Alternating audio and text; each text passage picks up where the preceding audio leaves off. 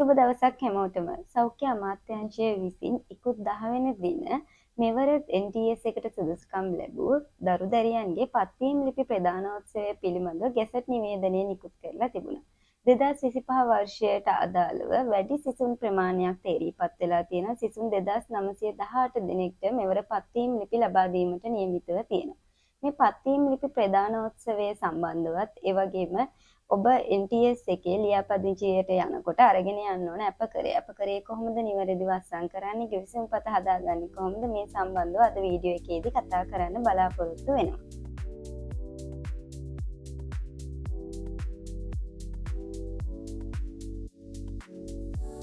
සෞඛ්‍ය අමාත්‍යාංශයේ ප්‍රධානත්වයෙන් පත්වීම් ලිපි ලබා දීම එළඹෙන සෙනසුරාදා නම් 14 වෙනි දින අර්ලියගහ මන්දිරයේ ප්‍රධාන ශාලාවේදී පැවැත්වීමට නියමිතව තියෙන උදෑසන 8:00ට තමයි මේක පටන් ගන්නෙ.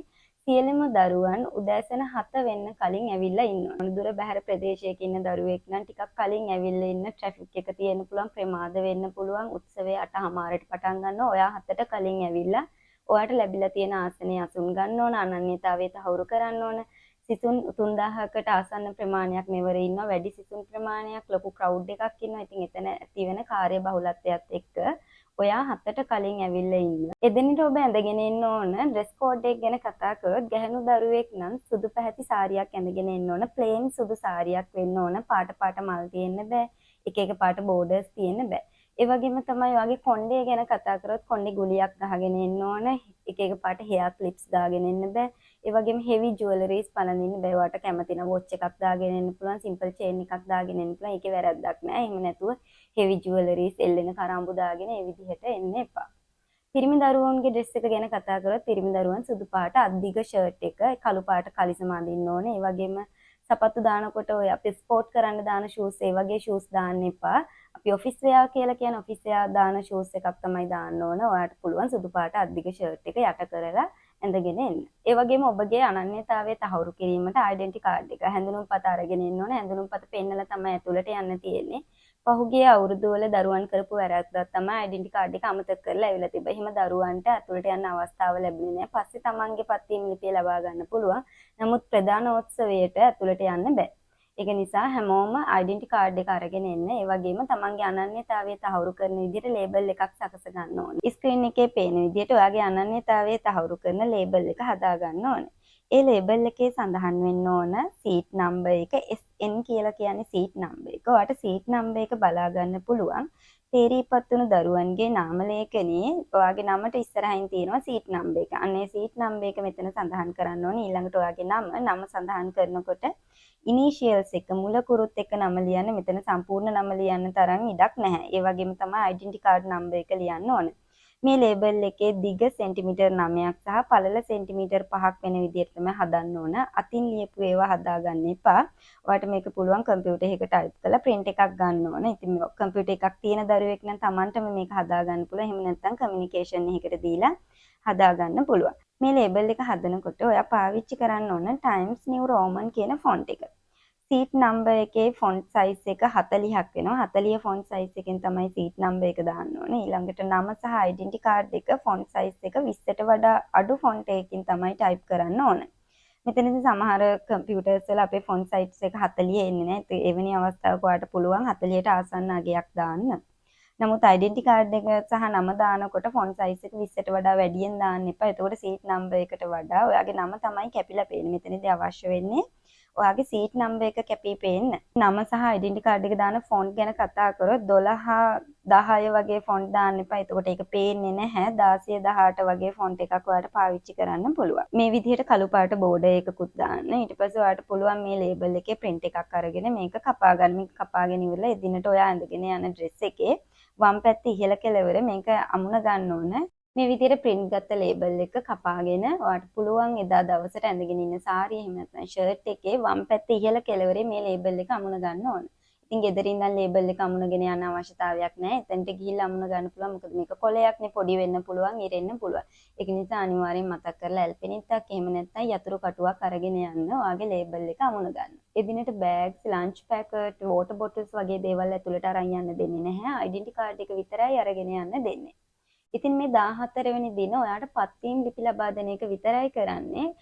NTS වල රෙජිස්ට්‍රේෂන් එකේ ඔබ තේරීපත් වෙලා තියෙන අදාළ හෙද විදුවලට ලියාපදිංචිය කරන්නේ 19 වෙනි දිනේ කියන්නේ එළඹෙන බ්‍රහස්පතින්දා දින තමයි ඒ ලියාපදිංචිය කරන්නේ. එතකොට ඔබ තේරීපත් වෙලා තියෙන NTS එකට තමයි එදාට යන්න ඕනේ. ඒ යනකොට අරගෙන යන්න ඕනේ අපකරේ පිටපත් දෙකක් අරන් යන්න ඕනේ. ගිවිසුම්පතේ පිටපත් දෙකක් අරගෙන යන්න ඕනේ. www.health.gov.lk යන සෞඛ්‍ය අමාත්‍යාංශ ඔෆිෂියල් වෙබ් අඩවියෙන් මේ අපකරේ සහ ගිවිසුම්පත ඔයාලට ඩවුන්ලෝඩ් කරගන්න පුළුවන්. ඩවුන්ලෝඩ් කරගත් අපකරේ සහ ගිවිසුම්පත print ගන්න පුළුවන්. ඒකෙදි print ගන්නකොට single side වෙන විදියට print ගන්න අපකරේ copies දෙකක් ඕන වෙනවා. ඒ වගේම ගිවිසුම්පතේ copies දෙකකුත් අපිට අවශ්‍ය වෙනවා. අපකරේ අපිට සිංහල මාධ්‍යයෙන් සහ ඉංග්‍රීසි මාධ්‍යයෙන් යන මාධ්‍යයන් දෙකෙන්ම බලා ගන්න පුළුවන් වෙනවා. මේක සිංහල මාධ්‍යයෙන් පුරවන්න පුළුවන් දරුවන් සිංහල මාධ්‍යයෙන් පුරවන්න. මොකද අපි ලෝයර් ගාවට සයින් කරන්න යනවා. ඒ වගේම අපිට අපකරු විදිහට සයින් කරන අය ඉන්නවා. එයාලා වරද්දන්න පුළුවන්. ඒක නිසා සිංහල මාධ්‍යයෙන් පුරවනවා නම් හොඳයි. ටැමිල් දරුවෙක් ඉන්නවා නම් ටැමිල් දරුවන්ට පුළුවන් ඒක ඉංග්‍රීසි මාධ්‍යයෙන් පුරවන්න. ඔයාලට ෆැමිලිය වෙන මීඩියම් එක තෝරගෙන මේක නිවැරදිව සම්පූර්ණ කරන්න තමයි අවශ්‍ය වෙන්නේ. මේ විදිහට අපිට අපකරේ බලා ගන්න පුළුවන්. මේකේ දීලා තියෙනවා ශ්‍රී ලංකා ප්‍රජාතාන්ත්‍රික සමාජවාදී ජනරජයේ සෞඛ්‍ය හා ජනමාධ්‍ය අමාත්‍යාංශ ඔය විදිහට පුහුණුවේ නම සඳහන් කරලා ලිපිනය කියලා ඔන්න දීලා තියෙනවා. මෙතන මුලින්ම මුල් කොටස සම්පූර්ණ කරන්න ඕන ඔයාගේ විස්තරය කියන්නේ සුදුසුකම් ලැබපු දරුවාගේ විස්තරය. ඔයාගේ පදිංචි ලිපිනය තමයි මෙතන සඳහන් කරන්න ඕනේ. NTS ඇප්ලිකේෂන් එකට දාපු ඇඩ්‍රස් එක මෙතන දාන්න.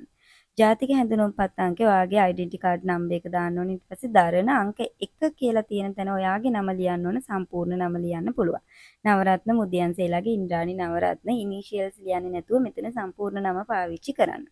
ප්‍රධාන නායකරු හැටියටද මේකේ නායකරු කියලා අදහස් කරන්නේ තේරීපත් වුණු දරුවා.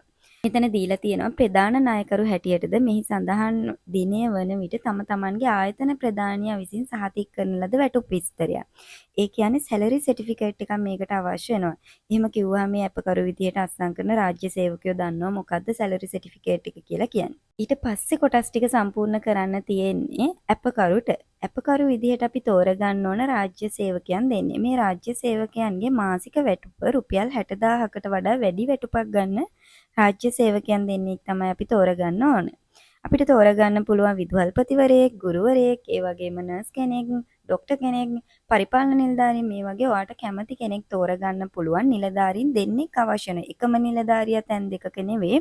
නිලධාරීන් දෙන්නෙක් අපිට අවශ්‍ය වෙනවා. මෙතන සඳහන් වෙනවා ආයතන ප්‍රධානියා විසින් සහතික කරන ලද වැටුප් විස්තරයක්. ඒ කියන්නේ සැලරි සර්ටිෆිකේට් එකක්. මේක ඇත්තටම රාජ්‍ය සේවකයෝ දන්නවා සැලරි සර්ටිෆිකේට් එකක් කියන්නේ මොකක්ද කියලා. යාලා බැංක් ලෝන් එකක් ගන්න යනකොට අපි බැංකුවට ඉදිරිපත් කරන්න ඕන අපේ වැටුප් විස්තරය සඳහන් වෙලා අපේ ආයතන ප්‍රධානියා විසින් සහතික කරලා තියෙන එයාගේ අස්සන දාලා තියෙන රබර් සීල් එක තියලා තියෙන සහතිකය. මේක ඔයාලා කිව්වහම ඒ අදාළ පුද්ගලයන් ඔයාලට ඒක ලබා දෙයි. ඉතින් මේ සැලරි සර්ටිෆිකේට් එක වෙන වෙනම අවශ්‍ය වෙනවා. පළවෙනි අපකරුගේ සහ දෙවෙනි අපකරුගේ වෙන වෙනම සැලරි සර්ටිෆිකේට් දෙකක් ඔයා මේකට දාන්න ඕන. කලින් අවුරුදු වල නම් කියන්නේ ගොඩාක් ඉස්සර නම් පේ ෂීට් මේකට වළංගු වුණා. නමුත් මෙතන සඳහන් වෙන විදිහට ආයතන ප්‍රධානියා සහතික කරන්න ඕන කියන හින්දා පේ ෂීට් එක වළංගු වෙන එකක් නැහැ. පේ ෂීට් එක උනත් මෙතන ආයතන ප්‍රධානියා විසින් ඒක සහතික කරන්න ඕන, අත්සන් කරන්න ඕන, රබර් සීල් එක තියන්න ඕන. ඉතින් මේ සැලරි සර්ටිෆිකේට් එක එයාලට ආයතන ප්‍රධානියා විසින් ලබා ගන්න පුළුවන්. පහලින් දීලා තියෙන බලය පවරනු ලබන නිලධාරියෙකු වෙත දැනුම් දෙන බවටත් මොනියම් අයුරකින් පොරොන්දු වන්නා වූ ලිපිනය. මෙතෙන්ට දාන්න ඕන අපකරුගේ පළවෙනි අපකරු විදියට අපි තෝරගන්නවා නම් විදුහල්පති කෙනෙක්. ඒ විදුහල්පතිතුමාගේ පදිංචි ලිපිනය තමයි දාන්න ඕනේ. කියන්නේ ස්කූල් ලිපිනය නෙවෙයි. පදිංචි ලිපිනය දාන්න ඕනේ. ඊට පස්සේ එයාගේ නම ලියන්න ඕනේ. එයාගේ නම ලියනකොට සම්පූර්ණ නම මෙතන ලියන්න. ඊළඟට තියෙනවා ලිපිනය කියලා. එතකොට දෙවෙනි අපකරු විදියට අපි නර්ස් කෙනෙක් ගන්නවා නම් ඒ නර්ස්ගේ සම්පූර්ණ ලිපිනය මෙතන සඳහන් කරන්න ඕනේ. ඊට පස්සේ නම කියන තැනට සම්පූර්ණ නම සඳහන් කරන්න ඕනේ. නර්ස්ගේත් වැඩ කරන හොස්පිටල් එකේ ඇඩ්‍රස් එක නෙවෙයි දාන්න ඕනේ. එයාගේ පදිංචි ඇඩ්‍රස් එක මෙතන දාන්න ඕන. ට්‍රස්ට් ටික ඔයා කියව ගන්න. ඊළඟට දීලා තියෙනවා එක් කෙනාදේ සියලු දෙනා එක්ව හා වෙන්ව තරයේ බැඳී සිටිමු. තව දෙකී අපකරුවන්. මේ අපකරය කියන ෆෝම් එකේ අංක 2 සඳහන් කරලා තියෙන්නේ අපි විට්නස් විදියට. ඒ කියන්නේ අපි අපකරු විදියට තෝරගන්න පළවෙනි පුද්ගලයා. 3 කියලා සඳහන් කරලා තියෙන්නේ අපි අපකරු විදියට ගන්න දෙවෙනි පුද්ගලයා. අංක 1 කියලා සඳහන් කරලා තියෙන්නේ තේරීපත් වුණු දරුවා. මෙතෙන්ට ඔය අපකරු විදියට අපි කලින් ගත්ත ප්‍රින්සිපල් නේ ප්‍රින්සිපල්ගේ නම ලියන්න ඕන. මෙතන 3 කියන තැනට අපි ගත්තේ නර්ස් කෙනෙක් නේ නර්ස්ගේ නම ලියන්න ඕන. දෙදෙනා මේ ලියවිල්ලට ඊට පස්සේ ඒ ටිකත් ඔයා කියව ගන්න. ඊළඟට අපගේ නීතිඥ වන මෙතන දාන්න ඕන අපි මේක ලෝයර් කෙනෙක් ඉස්සරහනේ සයින් කරන්නේ ලෝයර්ගේ නම දාන්න ඕනේ ඊට පස්සේ 2000 කියලා මෙතන ඩේට් එක දාන්න තියෙනවා එසේම එකී මෙතන අංක 1 සඳහන් කරලා තියෙන හැමතැනම දාන්න ඕන තේරීපත් වුණ දරුවගේ නම අපි ගත්තේ උදාහරණයක් දැන් නවරත්න මුදියන්සේලාගේ ඉන්ද්‍රන් නවරත්න එතකොට අංක 1 තියෙන තැනට නවරත්න මුදියන්සේලාගේ ඉන්ද්‍රන් නවරත්න කියලා දාන්න ඕනේ ඊළඟට පහළ තියෙන කොටස් ටික ඔයා කියව ගන්න ඊළඟට දීලා තියෙනවා ආයෙත් ගිවිසුමේ අඩංගු එක් එක් සෑම කොන්දේසියක්ම කියලා ආය පූර්වෝක්ත ආයෙත් අංක 1 තියෙනවා. එතෙන්ට දාන්න ඕන ඔයාගේ නම. හොඳට මතක තියාගන්න අපකරේ සඳහන් වෙන හැම තැනම මේ අංක 1 සඳහන් වෙන හැම තැනටම ඔයාගේ නම තමයි සඳහන් කරන්න ඕන. අංක 2 සඳහන් වෙන හැම තැනටම අපි තෝරගත්ත පළවෙනි අපකරුගේ නම අංක 3 සඳහන් වෙන තැනට අපි තෝරගත්ත දෙවෙනි අපකරුගේ නම.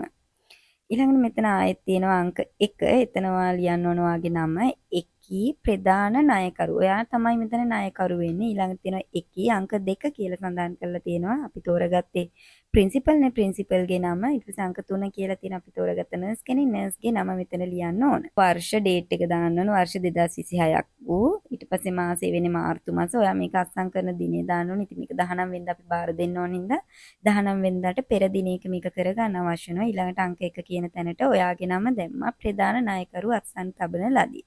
මෙතන ප්‍රධාන නායකරුගේ අස්සන කියන තැනට තේරීපත් වුණු දරුවයි කියන ඔයාගේ අස්සන යොදන්න ඕන. සාක්ෂි පළවෙනියා කියන්නේ පළවෙනි අපකරු. අපි ගත්තේ ප්‍රින්සිපල් නේ ප්‍රින්සිපල්ගේ නම, එයාගේ ඇඩ්‍රස් එක, එයාගේ අස්සන. දෙවෙනියට ගත්තේ නර්ස් නේ නර්ස්ගේ නම, ඇඩ්‍රස් එක, එයාගේ අස්සන. ඊට පස්සේ කලින් සඳහන් වුණ දිනේම තමයි මෙතන එකම දිනේ තමයි මේ හැමතැනම යොදන්නේ. දිනේ දැම්ම පළවෙනි අපකරුගේ නම ලිව්වා. 3 කියන්නේ දෙවෙනි අපකරුගේ නම ලිව්වා. පළවෙනි අපකරු මෙතන අස්සම් කරා දෙවෙනි අපකරු මෙතන අස්සම් කරා ඊළඟට ආයෙත් මෙතන ඩේට් එක දාන්න තියෙනවා ඊට පස්සේ 2 කියලා කියන්නේ පළවෙනි අපකරුගේ නම ලිව්වා 3 කියන්නේ දෙවෙනි අපකරුගේ නම ලිව්වා අපකරු අස්සනේ කියන්නේ පළවෙනි අපකරුගේ අස්සන දැම්මා දෙවෙනි අපකරුගේ අස්සන මේක හොඳට මතක තියාගන්න අංක 2 විදිහට ගන්න අපි තෝරගන්න පළවෙනි අපකරු ඒක වරද්ද ගන්න එපා අංක 3 විදිහට ගන්න අපි තෝරගන්න දෙවෙනි අපකරු ඊළඟට මෙතන තියෙනවා සාක්ෂි විදියට විට්නස් විදියට සයින් කරන්නේත් අපේ අපකරුගේ නම ලියනවා ඇඩ්‍රස් එක ලියනවා අස්සන ලියනවා ඊළඟට ආයෙත් තියෙන මෙතන නම මෙතනත් අංක 2 විදියට ගන්න දෙවෙනි අපකරු තියෙනවා නම ලියනවා ලිපිණය ලියනවා ඇඩ්‍රස් එක ලියනවා බැඳුම් කරේට මේ අපකරේට අපකරුගේ නීතිඥ තැන ඒ කියන්නේ මෙතන අපකරු තෝරගත්තු නීතිඥගේ අස්සන තියෙන්න ඕන ස්ථානය තියෙන්න ඕන කොහෙද අස්සන් කරේ දිනේ තියන්න ඕන ඊට පස්සේ නීතිඥ කෙනා මෙතන රබර් ස්ටෑම්ප් එක තියයි මේක දීලා තියෙනවා ඉන්ස්ට්‍රක්ෂන්ස් පැහැදිලිව මේ ඉන්ස්ට්‍රක්ෂන්ස් කියවලා කරන්න මේක දීලා තියෙනවා අංක 1 ලෙස සඳහන් කරන්න ඕන අභ්‍යාස ලද තැනත ඒ කියන්නේ ඔයාගේ සම්පූර්ණ නම තේරීපත් වුණ දරුවගේ සම්පූර්ණ නම අංක 2 කියලා කියන්නේ අපකරුගේ සම්පූර්ණ නම මම කලින් සඳහන් කරා ඉනිෂියල්ස් භාවිතා කරන්න එපා කියලා අංක 3 කියලා තියෙන්නේ අපකරුගේ සම්පූර්ණ නම මෙතන ගැටලුවක් වෙන්න පුළුවන් දිග නමක් තියෙන දරුවෙක් නම් පොඩක් අකුරු පොඩියට ලියන්න ඉංග්‍රීසි මාධ්‍යනොත් තියෙනවා ඉංග්‍රීසි මාධ්‍යයෙන් ෆැමිලිය වෙන කෙනෙක් ඉන්නවා නම් ඒ වගේම ටැමිල් දරුවෙක් ඉන්නවනම් මේ ඉංග්‍රීසි මීඩියම් වලින් තියෙන එක පුරවන්න පුළුවන්. අද වීඩියෝ එකේදී කතා කරේ පත්වීම් ලිපි ප්‍රදානෝත්සවය සහ එදිනට ඔබ අරගෙන යන්න ඕන දේවලුත් අපකරේ නිවැරදිව සම්පූර්ණ කරන ආකාරය පිළිබඳ. මෙවර NTS එකට තේරීපත් වන සියලුම දරුවන්ට ලස්සන හෙදියක් වෙලා තමන්ගේ ජීවිතය සාර්ථක කරගන්න වාසනාව ලැබෙන්න කියලා මම ප්‍රාර්ථනා කරනවා. අපි තවත් දවසක අලුත් වීඩියෝ එකකින් හමු වෙමු.